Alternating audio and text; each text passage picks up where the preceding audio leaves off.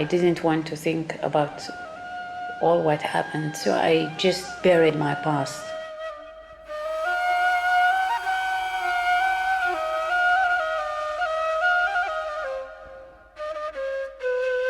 There were 38,000 Jews living in the northern part of Libya at the time.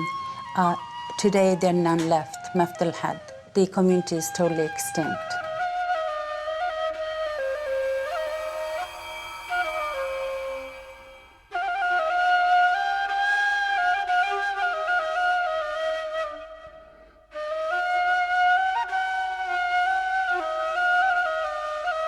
If somebody wants to understand what is going on in the Middle East, they have to understand the Jewish refugees from Arab countries.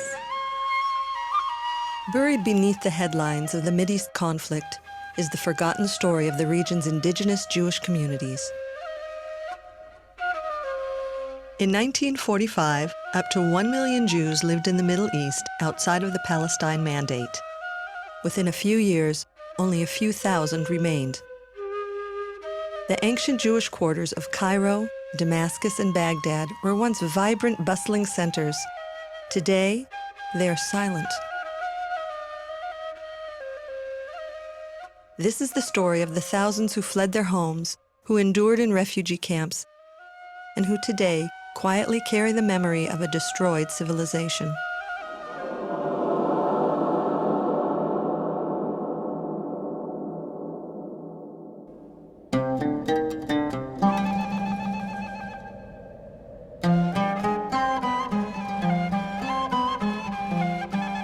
I was in Los Angeles on a business trip. I was in a hotel, and there was a young lady in her mid-20s. And I could tell from her name and from her looks that she was Egyptian. So I said, "Ahlan wa sahlan." He said, "Oh, do you speak Arabic?" I said, "Yes." And she said, "Why did you leave Egypt?" I said, "Well, I'm Jewish." He said, "Oh, I didn't know that there were Jews living in Egypt."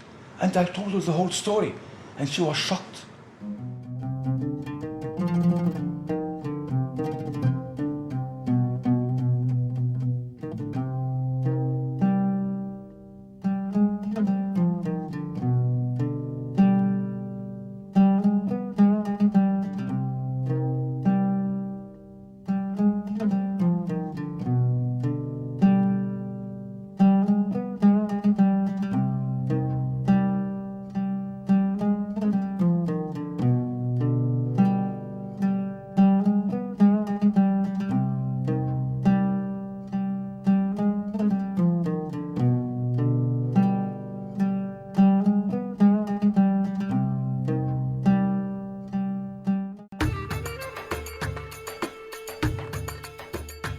Everybody already thinks of Jews as white Europeans.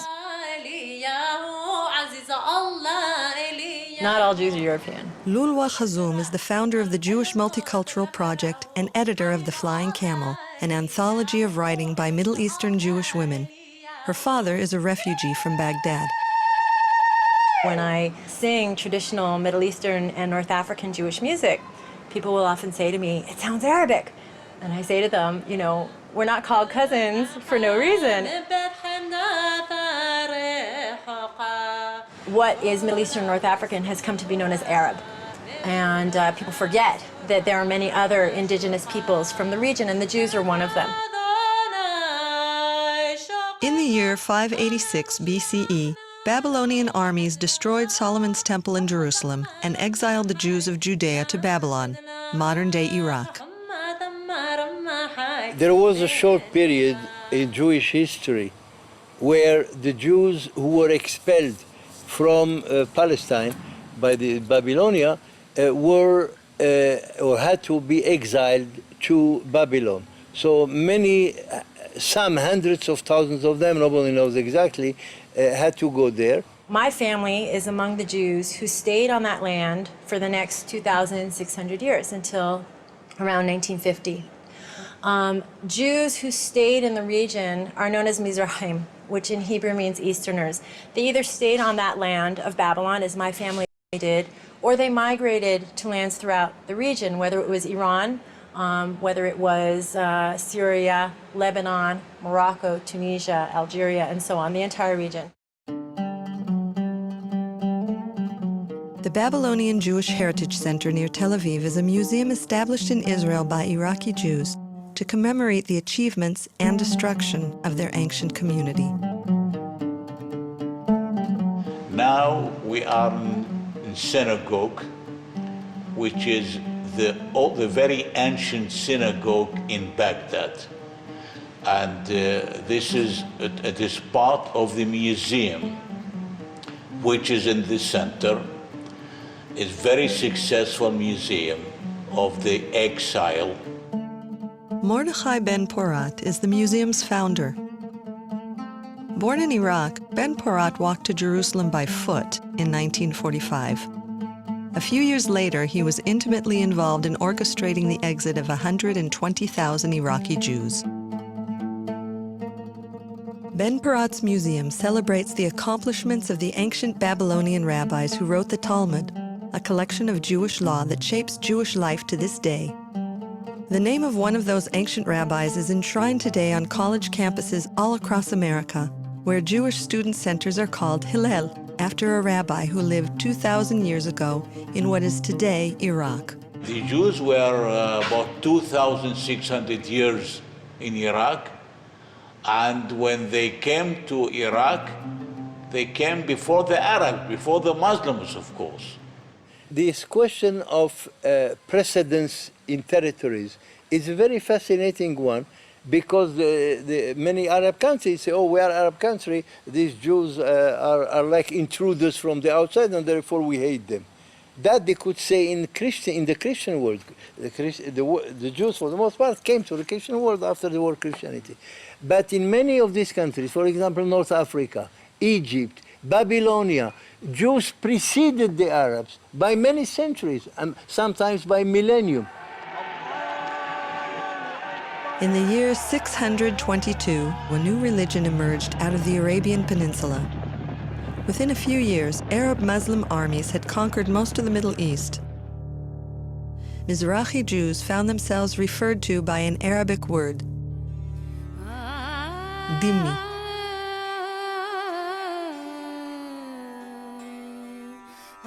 A dhimmi or a dhamma, depending on the pronunciation, is a tolerated people. It's the people of the book, Christians and Jews, people who worship, practice the Bible. And according to Islam, this is a group that's supposed to be protected. What that means is, as Islam conquered the entire Middle East, North African region and killed people in the name of Islam if they would not convert, the Jews and Christians would be spared their lives. However, they always had to be both physically and metaphorically inferior. For example, a Jew could not ride a horse because then his head would be higher than that of a Muslim. Jews could not build a synagogue higher than a mosque.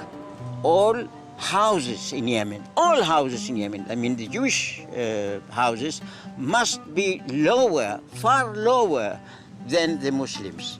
If, God forbid, one of the houses is a little bit higher than the of the Muslims, it will be pulled down. You see, the dhimma, as I said, is juridical. It's very precise, but it has also economic, political, and social repercussions.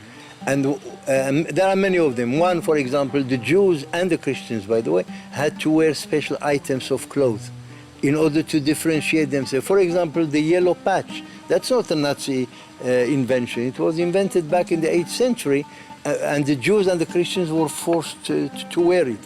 The Jews and the Christians could not ride the horse, because horse is a noble animal. Only Muslim can. Jews and Christians had to ride the donkey or to walk on foot. And Jews and Christians could not build any house of prayer, new one. And even if they wanted to refurbish the old ones, they had to have a special permission. And even when they got permission, it could not be higher than the nearest mosque, in order to demonstrate exactly the point that Islam is supreme and nothing can be seen to compete with it. That's the issue. This whole idea of dhimmi is permeated in Arab culture. It goes all the way back to the 7th century. In some Arab countries, it was more important like in Yemen, for example, or in Morocco, more significant than in Egypt or in Iraq. Jews were always at the mercy of whoever the ruler was at the time. If it was a generous, kind, democratic, so to speak, ruler, then the Jews even made it to government posts. You just really always felt like an inferior, I wish I could say only second-class citizen. It felt more like 10th class at least citizen, constantly trying to compliment the Arab, trying to minimize yourself, trying to ingratiate yourself to the individual or the community of Arabs. The meaning of that, dhimmi, that you have to pay every year for your living if you want to live. If you want me to guard you, I mean the imam, the government, if you want to continue living as a Jew, you are dhimmi. Dhimmi must pay special tax for his living. The status of dhimmi, which means the protected people, and applied equally on Jews and Christians, was not always uniformly and equally applied on all lands of Islam. And that law of the dhimmi under Islamic law sometimes was abused of for the wrong, and sometimes Jews got a much better status, in fact, than what was prescribed by the Sharia. Even when dhimmi laws were not rigidly enforced, the culture of dhimmi, of minority submission, still shaped attitudes toward Jews.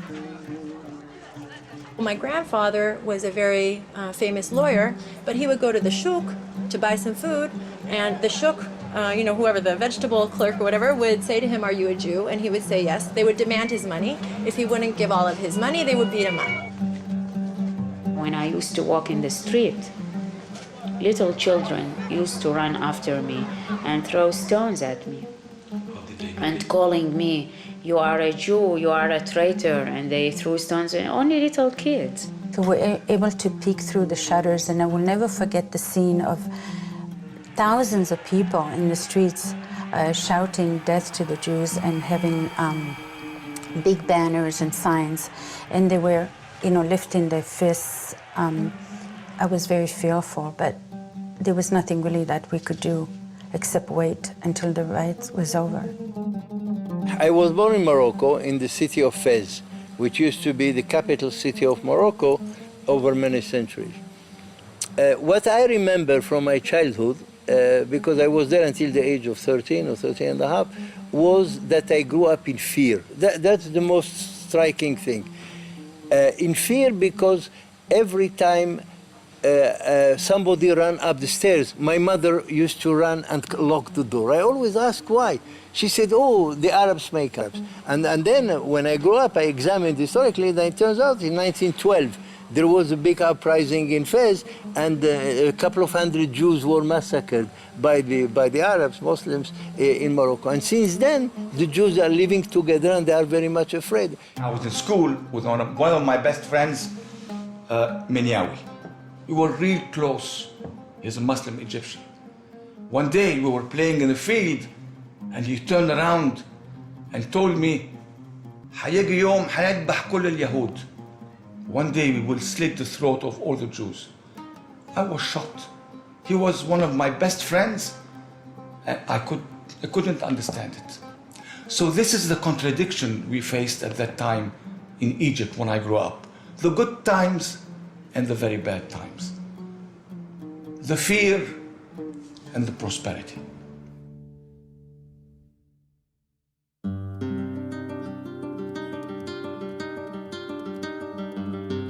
While Jews were second-class citizens under Muslim rule, living under Christian persecution was often worse.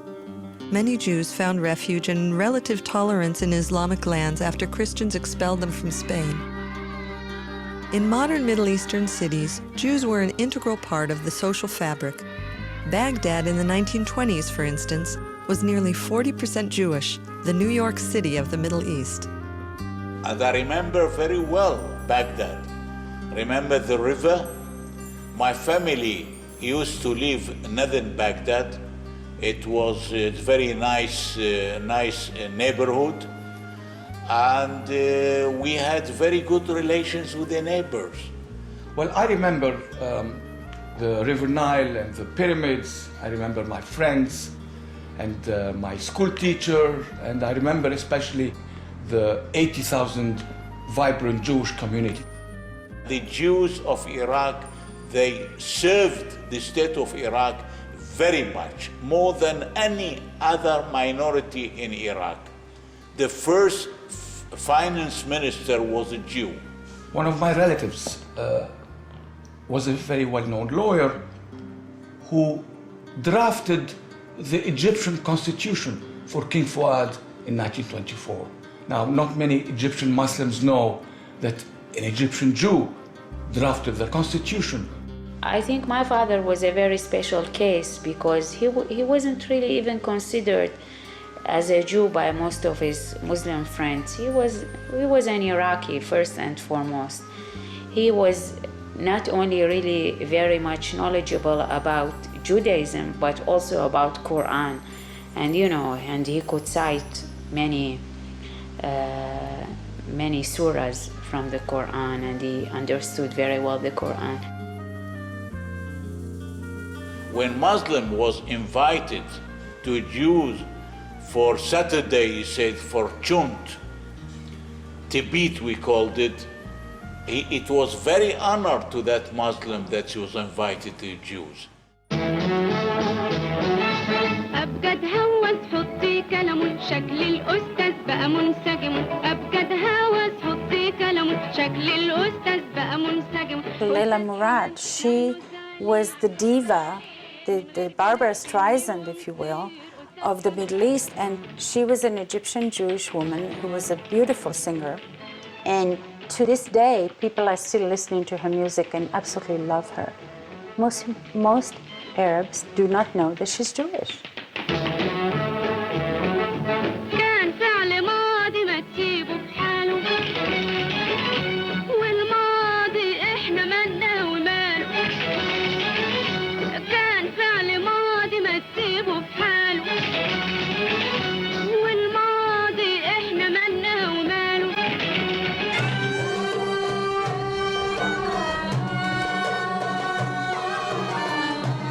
My parents left Iraq around the 50s. I was born here in Israel in the Middle East. I consider myself as a Judeo-Arab, belong to the Judeo-Arab people. World music artist Yair Dalal preserves and reinterprets Iraqi Jewish music. He learned this art form from Jewish musicians who fled from Baghdad to Israel in the 1950s. Dalal shares his passion with other Israelis and tours worldwide. I was 2 months ago in Germany for a peace concert. And I met 3 young musicians from Baghdad. They ran away, they escaped. It was in Cologne. They escaped to Cologne from Iraq. And we started to sing and play, and I played the violin and the oud. And after the concert, they came to the stage like with full of enthusiasm and tears in their eyes. He said, my father is musician. He always taught me, if you want to study to play good music, to play well, go to the Jews, study from the Jews how to play. And he said, tonight I'm going to call him to Baghdad and to tell him I found Jewish young people that play your music. I listen a lot to Iraqi music. I read in Arabic. We cook the same food that we used to cook in Iraq. So I'm very much Iraqi as well. And this is the problem, because on the one hand, I have a lot of affection for the Iraqi people, but on the other hand, I am very much hurt by what happened to us in Iraq.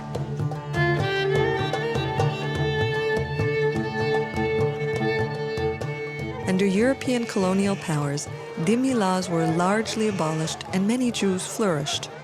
But in the 1930s, a tide of Arab nationalism swept the countries of the Middle East as they emerged from colonial rule. Strident Arab nationalist leaders often made Jews a scapegoat for social discontent. There was a pattern of Arab government, state-sanctioned, indeed state-orchestrated repression, which included intimidation, harassment, beatings, persecution, and even murder. Many political parties, like even in the 40s, when the Ba'ath Party, of which everybody talks today, was exactly born along this line, some kind of dictatorial, let's say, thinking about the thing that where nationalism was very strong, exactly like National Socialism in Germany. Haj Amin al-Husseini, the Palestinian Mufti, was meeting with the Fuhrer himself, with Hitler, and proposed a final solution to the Jews throughout the Middle East and North Africa. And the Hitler, of course, was delighted. In 1940, Haj Amin al-Husseini was the most prominent leader of the Palestinian Arabs and the head of the Arab Higher Committee, the central political organization of the Arabs of Palestine. He and Hitler discussed plans to establish concentration camps in the Middle East. He delivered a radio address to the Arab world on Nazi radio saying, "Arabs, rise as one man and fight for your sacred rights. Kill the Jews wherever you find them." His words reverberated across the Middle East. In Iraq, in the 1930s, you had the pro-Nazi government, which led to the Farhud in 1941, in which Jews were completely massacred. What happened was that the mobs went rioting through the Jewish ghetto. They would pull babies apart from their limbs till they broke. They would rape women and daughters in front of the families. They pulled the Jew among all passengers in the bus. Who is the Jew? And they did the Jew out, they killed them outside the bus. Or they entered the houses and they looted. Jews run from roof to roof. In Baghdad, you know, the houses are close, are very close, and you can run on the roof. Some of the neighbors of the Jews, they were with those who attacked their neighbors, with the police, and they killed, they looted, and that's what they did, and they forgot all the friendship. Throughout Libya, Egypt, you know, all these different countries, Syria, you hear all of these instances of riots leading to torture, massacre of Jews. اليهود كلاب العرب. The Jews are the dogs of the Arabs. Or اذبح اليهود, slit the throat of the Jews, slaughter the Jews. These were not only on posters, but the people were chanting them. And this was scary to see a crowd coming towards you chanting اذبح اليهود, kill the Jews. This wasn't just mobs and demonstrations. This was actual killings of civilians, innocent civilians who were Jewish. And it really created a tremendous fear in the Jewish population, especially for my own parents. My mother had to run through rooftops to escape the mob that was out to kill many of the Jews in her neighborhood.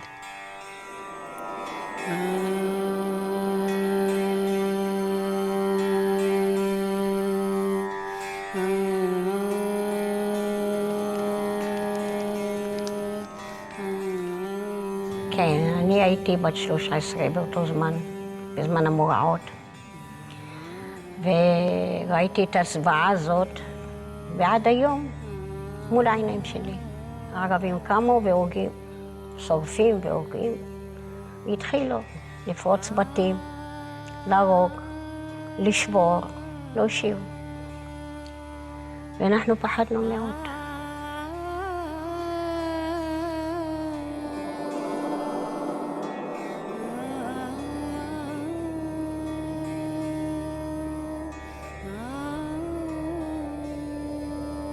راستی و یبرد سیما حرا راستی برا سیما حرا عش تفسوتی הרביצו עד כמה שנמאס להם. זה הסימן, תראה, רצו לחתוך את הידיים ואת הרגליים ואת הראש כמו מפה עם גרזנים, עד שנמאס להם וחשבו שאני מת.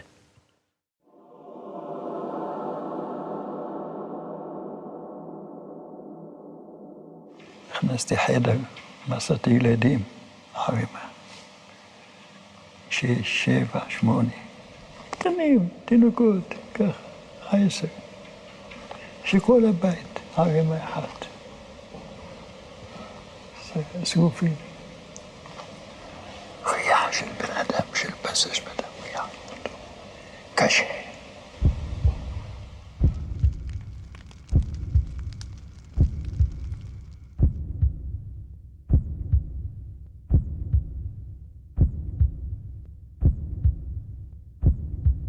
My neighbor, who was an Egyptian Muslim, actually saved our lives because he came down and told the mob that was rioting that there was no Jews living in the building, which was not true. My family were in hiding. In that kind of instability, the only thing you really have left is the trust in a good friend who can help you out of difficult situations, like the righteous Gentiles, you know, the righteous Arabs.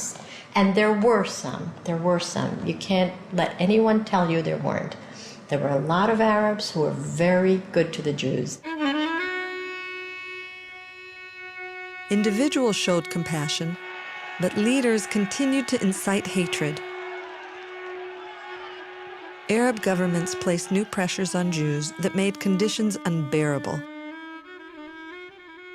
We're talking about Nuremberg-type laws which criminalized being a Jew and characterized Jews as enemies of the state, which stripped Jews of their citizenship, which sequestered or forcibly seized their property and assets. In 1941, there was one nationalist leader, Kailani, who organized a big uprising against the British occupiers and so forth, and they take the same opportunity to massacre the Jews. And in Farhud, they also massacred the Jews. The British interfered, and after they massacred what they massacred, the things ended. But it has to be always pointed out that anti-British sentiment went with anti-Semitic sentiment. When I witnessed the persecution, the hatred within the school and within the neighborhood, within the city, within the country of Iraqis, I came into decision, and my mother, my parents also, that country wasn't so our country, and we had to leave.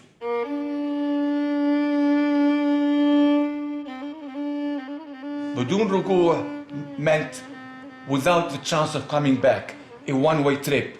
This is what the Egyptian government did to many Jewish families. When they kicked them out, they stamped on their travel documents, بدون رجوع. We don't want to see you again. This is a one-way trip. Well, in 1948, we were some 100,000 Jewish in Egypt. And now you can find there only perhaps 20, 30 old people. So we could say that the Jewish community in Egypt is not anymore. It's finished, vanished.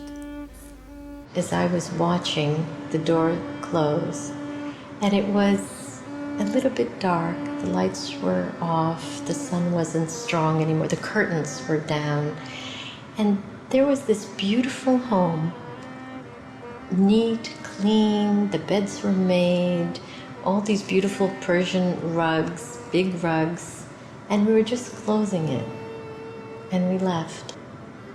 We left, and we lost everything. We lost the business, we lost his manufacturing shop and his retail shop, and we left behind, unfortunately, a very beautiful villa with a garden full of orange blossoms and lemon blossoms, which till now I can remember.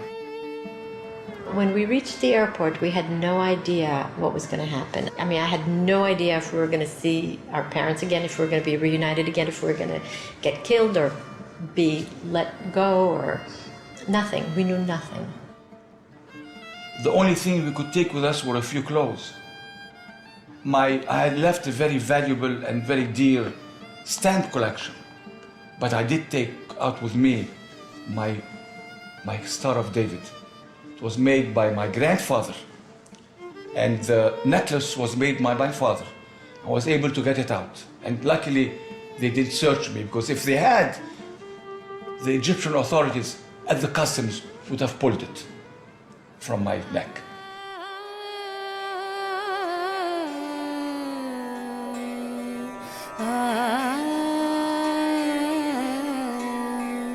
In Yemen, Jews faced a wave of rioting. International rescue groups began to plan for an emergency airlift of Yemenites to Israel.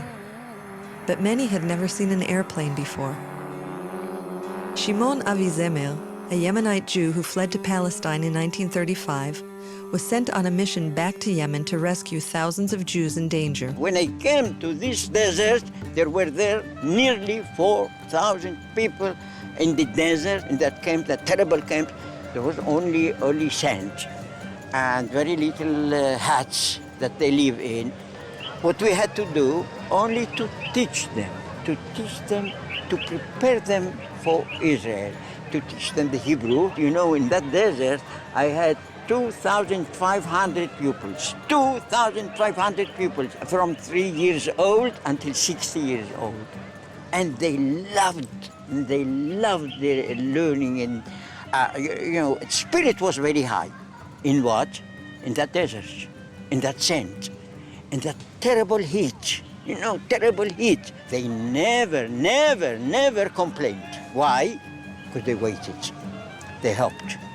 They knew that tomorrow we shall be saved. Tomorrow we shall go to Israel.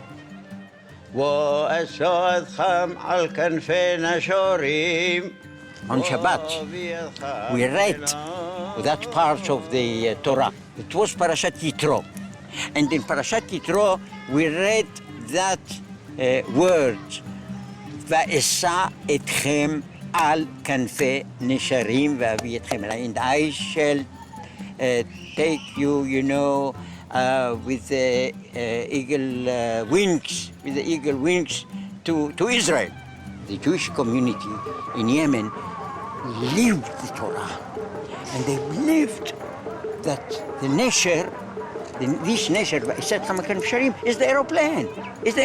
And when the aeroplane came the following day, and the Sunday, the eagle, or if you want, the aeroplane, came and took the first wave to Eretz Yisrael. وثجد ابن إسرائيل التمر إيثام أشر أصيثي لمصرايم وأسود خام الكنفين شوريم وبي الخام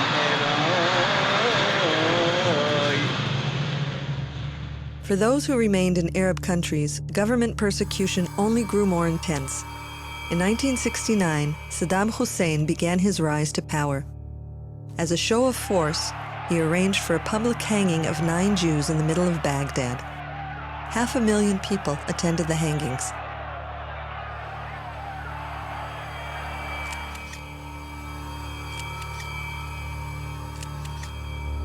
And it was shown all over the world on TV, and there were masses of people there singing and dancing, around the bodies. In 1972, it was on the eve of Yom Kippur. After receiving really such sad letters from my father, that he felt so lonely, and he was really hoping that, he get a passport and join us.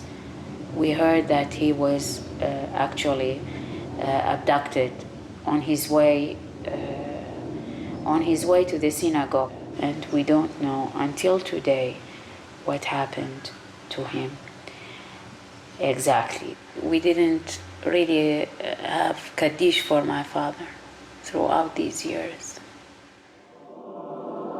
In Egypt, following the Six-Day War, the government arrested all Jewish men and forced them into concentration camps. They took the 400 male Jews between the age of 16 and 60 and put them in these concentration camps. One of them is called Abu Zabal. And they beat them, and they tortured them, and they humiliated them.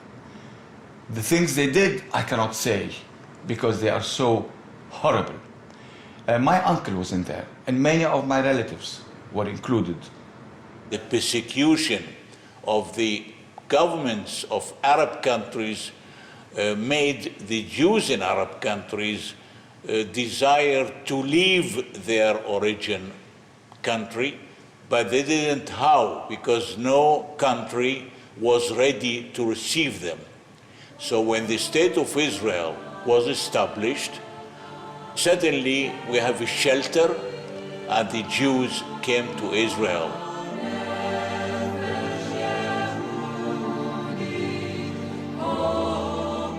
When Israel was created, what it did was it unshackled the Jew from being under the rule and the control of Arabs and Islam.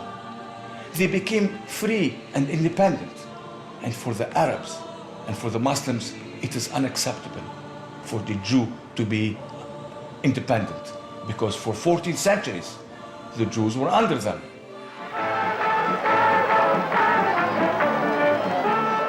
According to the Muslims and the Dhimmi rules, a majority state of Jews, a state where Jews are a majority or they are the rulers, is non-existent. It must never exist. The fledgling Israeli government had little money and faced a war declared on it by 7 of its Arab neighbors. Still, 680,000 Mizrahi refugees were taken in and settled in temporary refugee camps called ma'abarot. They huddled in tents that could barely keep out the rain and mud. They were put into tents, wooden huts. More than 10 years, those Jews were in tents as refugees. My grandmother recalls that when they first got to the Ma'abarot and food was very scarce, and because couscous is a national dish in Libya, and it was not so easily available at the time, she used to take dry bread and dry it up in the sun and make into little bowls just to make it look like it was couscous. During the country's early years, Mizrahi refugees struggled to overcome social discrimination. I was really surprised myself how we did it here, because when we came, we had nothing. We were for two years in the Ma'abarot. You know what a Ma'abara is. It's a place with a tent which the government gave us as refugees. I was a refugee for 2 years living in a tent. Imagine in the winter with the cold and in the summer with the heat. So, but what the Egyptian community did here was just, how to call it, they became self-made persons here. The Iraqi Jews are hardworking people. They are very well educated, and they were in the first line in the Iraqi economy. So in a way, they shifted all their skills to the Israeli efforts to establish a good economy and a good society. There are no Jews left in Libya today. The Darvishi synagogue in Tripoli once overflowed with congregants on the Sabbath and on holidays. Today, it is abandoned and vandalized. Only a few dozen Jews remain in Iraq, Egypt, Yemen, Syria, and Lebanon. Outside Beirut, the Hamdoun synagogue sits empty. In Morocco, the El Husseini synagogue in the old Jewish quarter of Fez is now a boxing club. After Jews fled Iraqi Kurdistan in 1955, this synagogue was turned into a mosque. A dirt road was built over this old Jewish cemetery, with foot traffic exposing Jewish graves. Vibrant Middle Eastern communities that once numbered in the hundreds of thousands are no more. All told, nearly 1 million Jews have fled Arab countries and Iran, and hundreds of Jewish communities have been ethnically cleansed. Behind every intimidation, behind every silencing, behind every persecution, behind every beating or murder of Jews from Arab lands, behind every property sequestered, behind every assets seized, behind every bank account blocked, we're talking about the historiography of an entire community. If I say, who are the Middle East refugees, people don't think at all about the Jews. All that people think about are the Palestinians. Many people ask me, why do you call yourself forgotten refugees? It is interesting to note that in the history of the Middle East, we have been totally cut out of the picture. The United Nations General Assembly since 1947 has adopted 687 resolutions on the Arab-Israeli conflict. 101 of those resolutions dealt with refugees.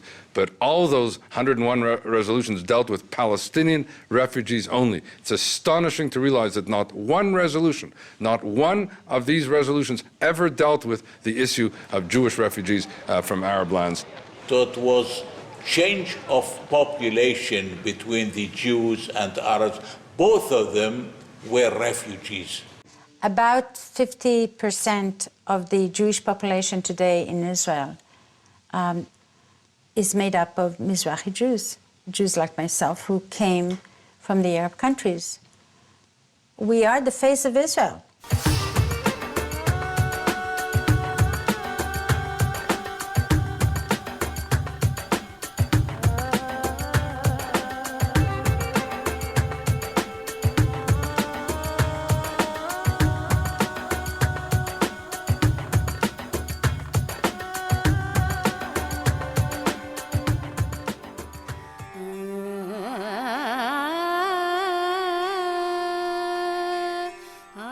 Anti-Semitism now in the Arab world is 100 times worse than when I lived there. It permeates every sector of Egyptian society and Arab Islamic society. In the mosque, in the school, in everyday conversation, on television. I don't think there can ever be peace unless they can become more tolerant towards their own cousins, the Jews. I think the only path to peace is when people can open their hearts and listen to the stories of everyone involved. And this means both the positive things, the points of connection between Arabs and Jews, where there's an overlap of culture, and also the points of oppression. Peace will not depend on my belief. Peace will depend on certain things that have to happen. First of all, accommodation. That is to say, the Arabs have to realize that the Jewish state is here to stay and to make peace with it, and then to negotiate the terms. We want this, we want that, that's legitimate. But if you want to destroy your neighbor, then you can never have peace. That's my main problem with them. If there is a recognition and accommodation, the sky is the limit, everything is possible. We were so happy when Israel signed peace with Egypt. It was like a dream coming true. We couldn't believe when Sadat came. We were so happy, and we hoped that it will continue with the other Arab countries. We are here, Jewish from all over the world. We are not just from Europe. And this is our culture. And we have to transfer it to the next generation. It's part of our life. It's part of Judaism. Only when the state of Israel, this is the only shelter, opened its gate, we have the shelter, we have the house, our house in Israel, and I am many proud, much proud to be Israeli much proud. My grandchildren, grandsons, granddaughter, all of them are serving the army, and they are contributing to the state of Israel as a whole. I wish that the peace takes place between us, between the neighbors. The peace will come, will appear, must, because each human wants to live. All human wants to live. He wants his family, his children to continue living. And if we continue this way of killing each other, of these troubles, and so on and so forth, I mean, there is no hope for them, there is no hope for us. We were really the forgotten refugees, and nobody talked about us. And, you know, we were really humiliated, and we didn't get much attention also. So we swallowed our pain and agony and moved on. On the one hand, it actually improved our situation in integrating in the Israeli society and establishing a new life. But on the other hand, we felt like a great injustice has been done to us. We don't want to be forgotten anymore. We want to tell our story. We don't want our heritage, which is 3,000 years old, which is rich, to be forgotten. We want our children to remember us so that we can perpetuate the memory of all these 1 million Jews who were kicked out of the Arab world and who will never return, بدون رجوع. The Arab governments have taken away our homes. They've taken away our culture. They have destroyed our communities, but they can never take away our spirit to fight for justice.